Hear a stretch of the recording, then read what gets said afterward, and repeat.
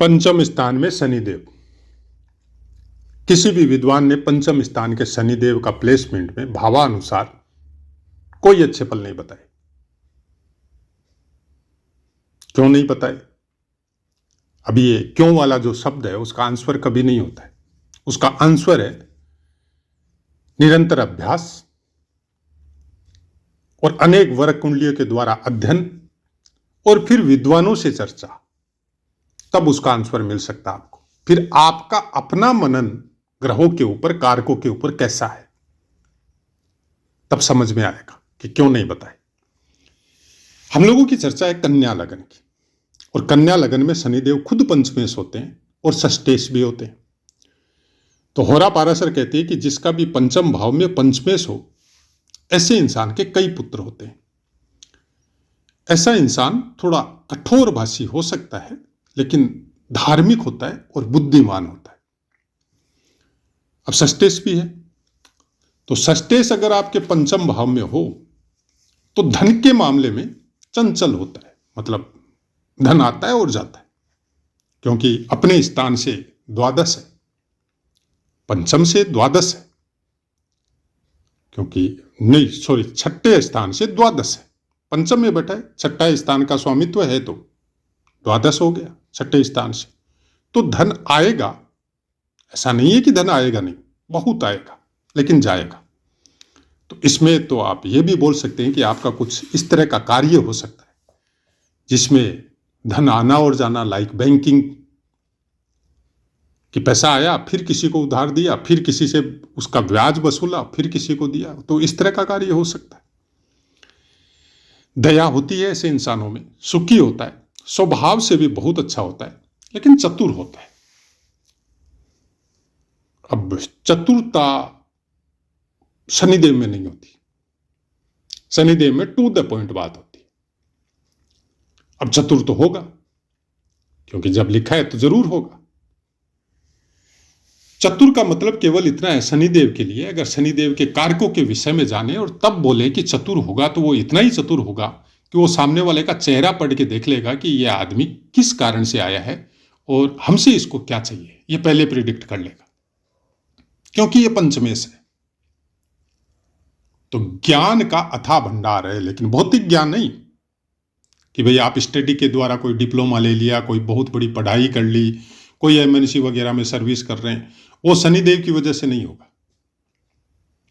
उसके लिए फिर बाकी ग्रहों का साथ होना जरूरी है, जो होगा।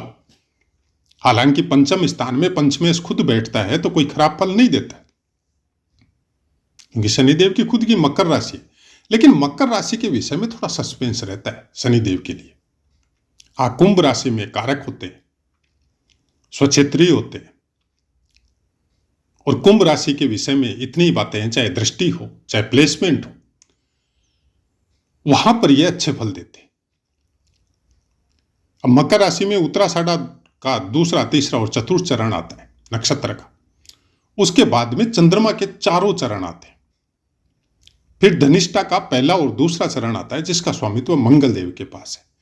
अब हम क्यों बोलते हैं कि मकर राशि के विषय में जब शनिदेव को स्वामित्व प्राप्त है और हमको इस राशि के विषय में, शनिदेव के स्वामित्व के विषय में मकर राशि के ऊपर हमको थोड़ी प्रॉब्लम है। अब ये हमारी बात हो सकती है, क्योंकि जितने विद्वानों ने ये पुस्तक लिखी है, हम तो उनके अंश मात्र भी नहीं है। लेकिन जब हम नक्षत्रों के विषय में सोचते हैं तो ऐसा कोई भी नक्षत्र मकर राशि के अंतर्गत नहीं आता जिसके लिए शनिदेव कुछ सोचे कि ये हमारा मित्र है, ये हमारे गुरु है, या इनके साथ हम मित्रवत व्यवहार करें, या फिर ऐसा करें कि न मित्रता न शत्रुता। तो कोई भी नक्षत्र नहीं है ऐसा। पहला नक्षत्र सूर्य का है, उत्तराषाढ़। फिर श्रवण नक्षत्र चंद्रमा का है, जिससे तो हमेशा रुष्ट रहते हैं शनिदेव, क्योंकि इनका सबसे ज्यादा अटेक ही चंद्रमा पे रहता है, इसलिए इनको दुख का कारक बोला जाता है। एक भौतिक शरीर को, जिसको मानव जीवन प्राप्त हुआ है और वो मानव जीवन का उसको शरीर मिला है, तो उसको क्या चाहिए? सुख। सुख के कारक कौन है? चंद्रमा। और चंद्रमा पे शनिदेव का जबरदस्त अटैक रहता है, मतलब आपके मन पर अटैक रहता है। तो जिसका शनिदेव बलवान होता है वो मन को वश में कर लेता है, और सुख वाली चीज को वो समझता ही नहीं है।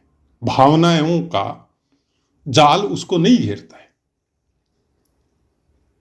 वो टू द पॉइंट बात करेगा और बातों को सामने वाला बोले उसके पहले समझने की कोशिश करेगा। कुछ जगह में वो कारक होता है, जैसे पंचम स्थान में कुछ चीजें इनके सपोर्ट में आती है। सपोर्ट में ये आती है कि इनका आत्म तत्व कुछ इस तरह से जागृत होता है कि ये चीजों को पहले आभास होता है। ऐसे इंसानों को, आपके अगर बच्चे के या आपके खुद के भी जन्म पत्री में शनिदेव अगर पंचम स्थान में बैठे हुए हैं, चाहे किसी भी राशि में हो, भावानुसार अच्छे फल नहीं बताए, लेकिन अपने ऊपर कभी ध्यान दीजिएगा कि आपको पहले कुछ आभास होता है, किसी के साथ कुछ होने वाला है या उस जगह में कुछ होने वाला है, अच्छा या बुरा जो भी। और खासकर कोई भी धार्मिक आयोजन या खुशी वाला माहौल जब कहीं होता है तो आपका मन ही नहीं लगता उसमें। अगर कोई भी प्रॉब्लम या कोई भी ऐसा कोई रिश्तेदार या कोई पड़ोसी या कोई अननोन पर्सन कुछ करने की, कुछ गलत करने की कोशिश में आता है तो आपको पहले आभास होता है कुछ गड़बड़ होगा। तो आपकी दृष्टि चारों तरफ घूमती है, फिर उस आदमी को कैच कर लेती। मतलब इस तरह की प्रवृत्ति ऐसे इंसानों में होती, खोजी होते हैं ऐसे इंसान, चीजों को अंदर की गहराई तक जाते हैं। अगर इनको अच्छी गुरु दीक्षा या गुरु का सानिध्य मिले और अच्छी इनको परवरिश या संस्कार मिले तो ऐसे इंसान आध्यात्मिक लेवल में बहुत जबरदस्त तरक्की करते हैं। ये नियमित साधना को सफल नहीं करते, नियमित साधना को नहीं मानते। मंत्र जाप हो, तंत्र क्रिया हो या वेद वेदांग का पाठ हो, अध्ययन हो, ये नहीं मानेंगे। ये अपने अंदर के वेद वेदांग को जागृत करेंगे। कुछ चीजें, जैसे इनको कोई चीज का ज्ञान नहीं है और इनको अगर अध्यात्म की लाइन में लगा दिया जाए तो कुछ समय बाद में आप देखेंगे कि इनके मुंह से ऐसे ऐसे शब्द विस्फोरित होंगे कि आप खुद सोचने पे मजबूर हो जाएंगे कि इसका तो ऐसा कोई शिक्षा ही नहीं था, ऐसी कोई बातें इसको बताई नहीं गई, फिर ये ज्ञान इसको कहां से प्राप्त हो गया। कुछ ऐसी चीजें पंचम स्थान का शनिदेव करवाता है आपके साथ या देता है आपको। अब उस चीज को आप तब तक नहीं समझ पाएंगे जब तक आप अपने आप को ये भौतिक शरीर समझेंगे। शनिदेव का कोई भी ज्ञान जब तक आपने चंद्रमा को कंट्रोल नहीं किया, आप खुद एक दो कदम अध्यात्म की लाइन में आपने नहीं बढ़ाए, तब तक शनिदेव वाली चीजें प्राप्त नहीं होती। आपका भावनात्मक लगाव, आध्यात्मिक लगाव और भक्ति वाला लगाव जब ईश्वरीय ऊर्जा के से कनेक्शन में आता है, उसको उसके साथ जोड़ता है, तब शनिदेव एक्टिव होते हैं। तब आपकी वो चीजें वो जागृत करवाते हैं जो प्रारब्ध के द्वारा वो देने के लिए आपके पास आए हैं। शनिदेव हर स्थान में कुछ न कुछ देने के लिए आया आपको, क्योंकि काल पुरुष की कुंडली अनुसार लाभ भाव का स्वामित्व उनको प्राप्त है, तो वो आपको लाभ देने के लिए आए हैं। तो शनिदेव कारक क्या चीज के? अध्यात्म के कारक, दुखों के कारक। दुख कौन सा? भौतिक शरीर वाला। चंद्रमा वाला सुख को दुख में कन्वर्ट करते हैं, तब अध्यात्म जागृत होता है। आपने कितना संत या भक्तों का जीवनी उठा के देख लीजिए, जब तक उनको परिवार से, समाज से या उनकी परिस्थिति ने उनके अंदर भौतिक दुखों का अंबार जब तक नहीं लगाया, तब तक वो उस ऊर्जा को प्राप्त नहीं हुए जो आज हम लोग भक्तिमाल के ग्रंथ के द्वारा उसको श्रवण करते हैं। उन्होंने उन सुखों का त्याग किया जो इस भौतिक शरीर का स्वामित्व चंद्रमा को प्राप्त है, और वो चंद्रमा ही सब इंद्रियों के द्वारा सुखों को ग्रहण करता है। यानी आप समझते हम कर रहे हैं, नहीं, वो चंद्रमा करवा रहे, क्योंकि वो मन का कारक है। और जितने भी भाव या विचार जो उठते हैं सबसे पहले मन में उठते हैं और मन से मस्तिष्क में जाते हैं। अब आध्यात्मिक जगत में मस्तिष्क का कारक सूर्य है, लेकिन भौतिक जगत में मस्तिष्क का कारक राहु है। तो बाकी जो शरीर के जो अंग है उनको आदेशित राहु करता है कि ये सुख चाहिए तो ये काम करो, हर अंग को वो ही आदेशित करता है, मतलब सब ग्रह उसके कंट्रोल में है। राहु और केतु के हमने ज़्यादा पार्ट दिए नहीं, 3-4 पार्ट दिए, अगर कुछ समझना है तो उनको जाके समझ लीजिए, फिर देंगे। लेकिन फिलहाल जो यात्रा चल रही है उसको कंप्लीट करना जरूरी है। यहां पर बैठा हुआ शनिदेव तीसरी दृष्टि आपके सप्तम स्थान में देते हैं। अब सप्तम स्थान में पहली बात तो मीन राशि है, राशियों में सबसे अंतिम राशि। दूसरी बात इनकी तीसरी दृष्टि है, इनके पास छठे स्थान का भी स्वामित्व है। अब अगर आपकी पत्नी की कुंडली में कुछ इसी तरह के योग हो जो इस कुंडली के साथ मैच हो जाए, तब तो आपकी पत्नी आपकी गुरु हो जाएगी, या फिर वो आपको गुरु बना लेगी। क्योंकि आध्यात्मिक जगत वाली पत्नी अगर मिल गई तो ये कॉम्बिनेशन सुपर होता है। लेकिन अगर भौतिक सुखों वाली मेल या फीमेल आपको प्राप्त हो गई तो फिर अलगाव कंफर्म है, उसको कोई नहीं रोक सकता।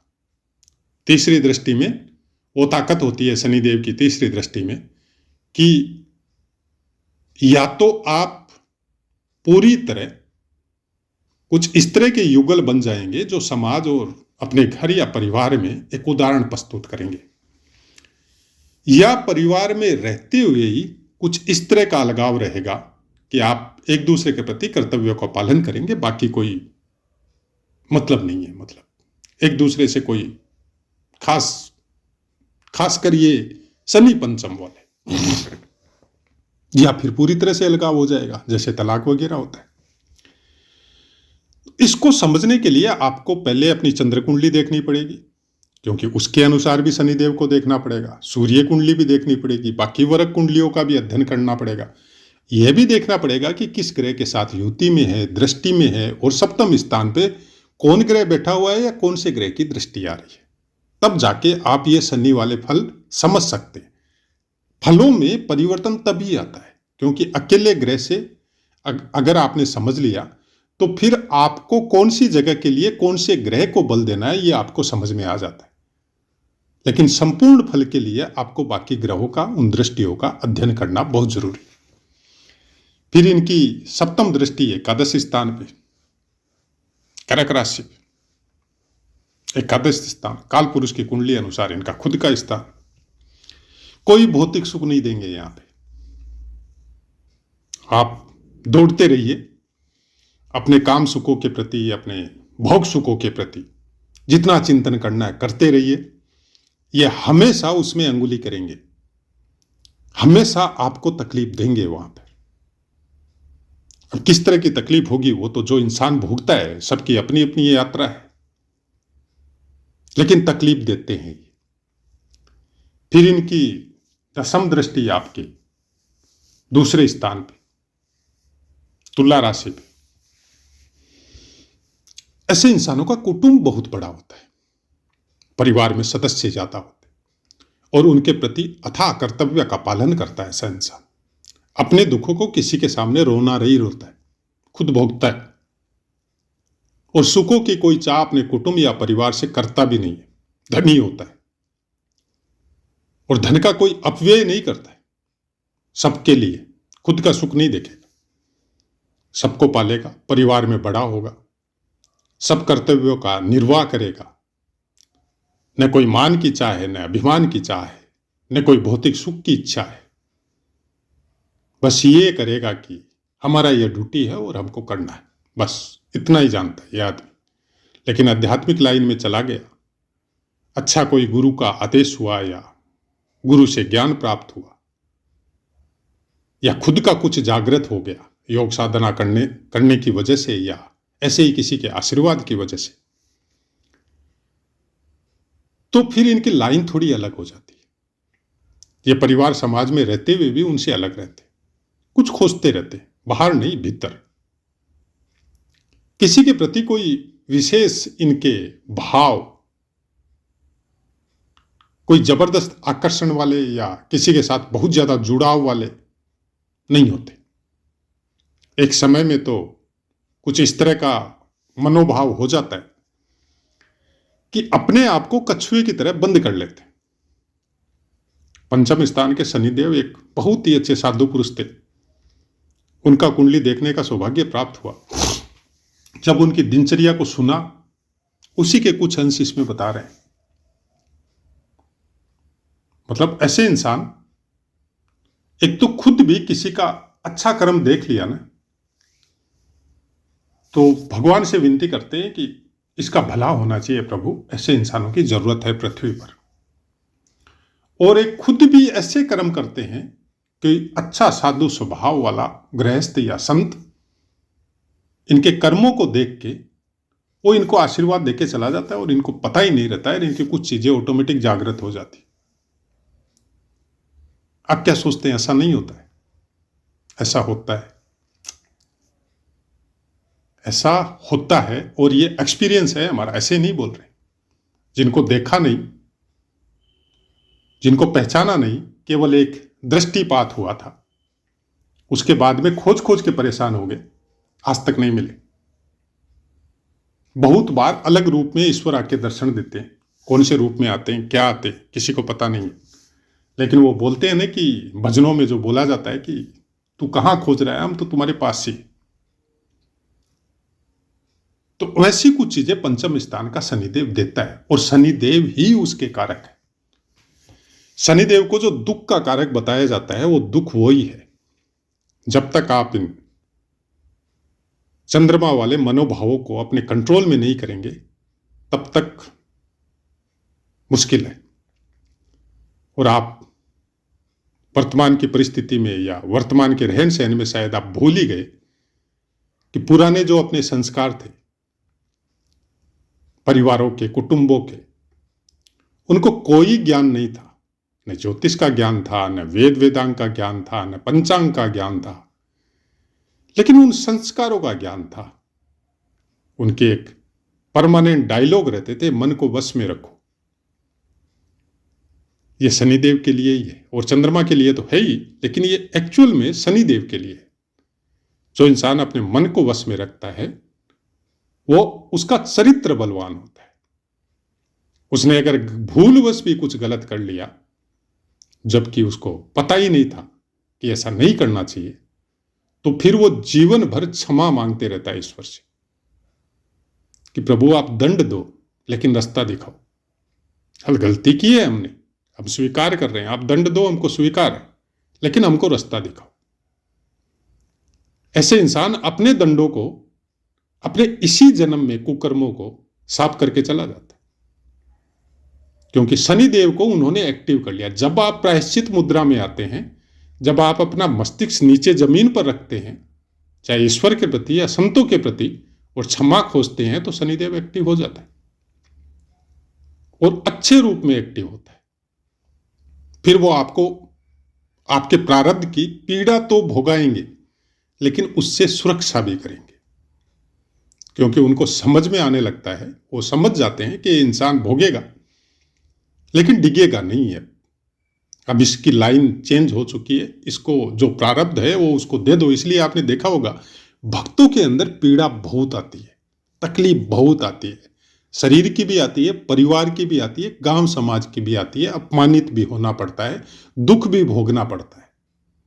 इसलिए आती है क्योंकि शनिदेव क्या करते हैं, आपके पावर को बढ़ा के, आपके दुख सहने की सीमा को बढ़ा के, और आपका प्रारब्ध अगर कोई कई जन्मों के लिए सेव किया हुआ है कि भाई दूसरे जन्म में देंगे, तीसरे में देंगे, ये कलयुग में मनुष्य शरीर में इतनी क्षमता नहीं है कि वो पूरा भोग सके, तो वो धीरे धीरे उसको देख के और वो खत्म करने की कोशिश करते हैं। तो ऐसा ही है कुछ हमारा भी अपना ग्रहों को समझने का तरीका।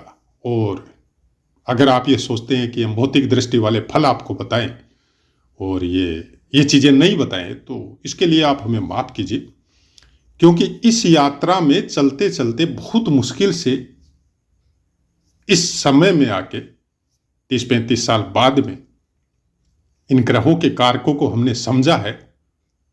तो हम अपने चैनल की रीच बढ़ाने के लिए भौतिक दृष्टि वाले फल नहीं बता सकते, भूल चुके उन फलों को।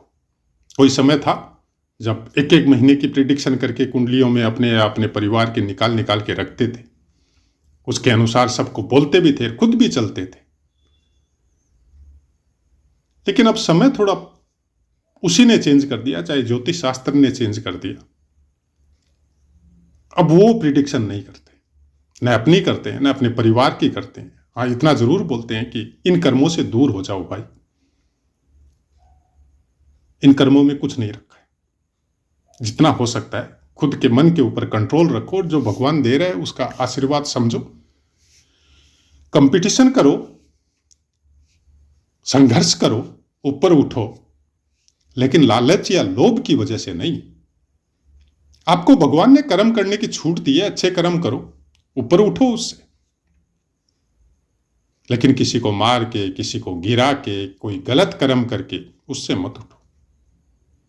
तो आशा है मित्रों पाठ समझ में आया होगा। अब अपनी वाणी को विराम देते हैं, आपसे आज्ञा लेते हैं। जय माता।